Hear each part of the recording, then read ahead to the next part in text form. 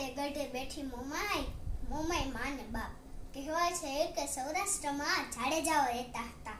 તેમને અંદરો અંદર મતભેદ થતા કેટલાક કુટુંબો કચ્છ તરફ ચાલી નીકળ્યા અને વચમાં વિશાળ રણ આવતા અને તેઓ દર્શક તડવડવા લાગ્યા અને કુળદેવીમાં મોમાઈને યાદ કરવા લાગ્યા અને મારી 16 વર્ષની કન્યાનું રૂપ લઈ સાંઢળી ઉપર સવાર થઈને આવ્યા અને તેઓને મીઠું અમૃત જેવું પાણી પાયું અને કહ્યું કે મારી સાંઢળીના પગલે પગલે ચાલી આવજો.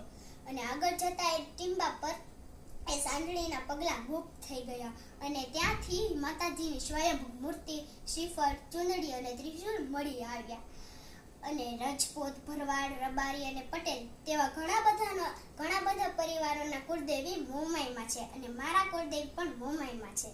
અને મોમાઈ માએ મોર થઈને રસ્તો બતાવ્યો હોવાથી તેને મોમાઈ મોરા નામથી પણ ઓળખવામાં આવે છે અને હાલ તેને મોરાગઢ પણ કહે છે. તમે પણ આવજો ક્યારેક મોમાઈ મારા દર્શન કરવા. જય મોમાઈમાં.